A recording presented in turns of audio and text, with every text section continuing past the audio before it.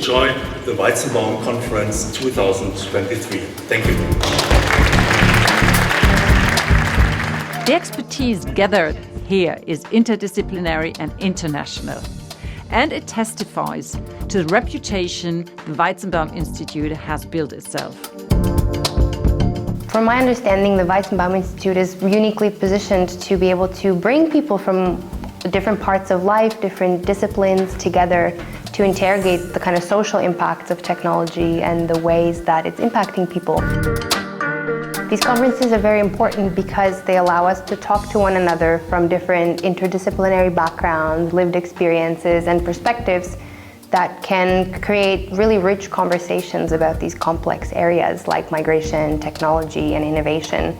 And I think we're all really concerned about complex problems that don't have simple solutions, and finding ways to talk with one another, like at this conference, is really key. I think one of the beauties of this conference was to bring all these people together and to have a conversation, a meaningful conversation around topics that are of mutual interest that go beyond these mere statements of, yes, we need more interdisciplinary research, and yes, of course, all these vague, ethical principles, they're all super important. No, the very point of that panel, for example, was to go precisely beyond these very abstract ideas.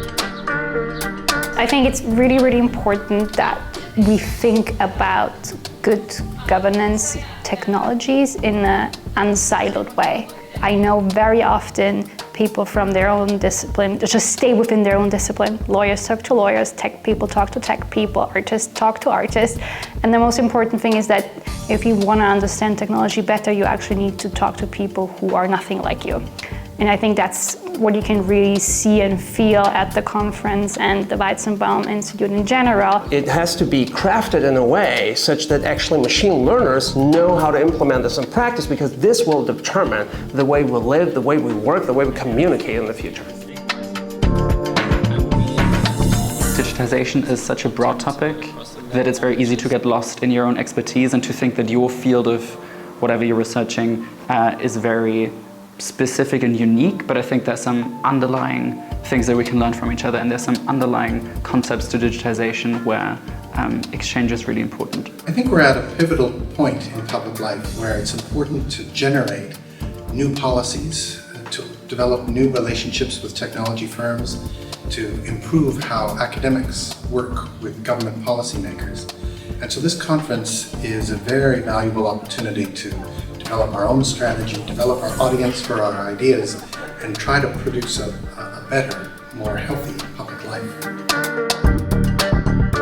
And with all the glitz and all the excitement over the grand ideas of what AI might or might not do, I think actually when certain aspects of life are able to be handled invisibly by these infrastructural technologies, these infrastructural machine learning or artificial intelligences, what you see there is quite impressive transformations. This year's Weizenbaum conference has a very dedicated, specific topic talking about AI and people on the move. And I think that this link between kind of two major, also political, but also kind of academic topics is just amazing.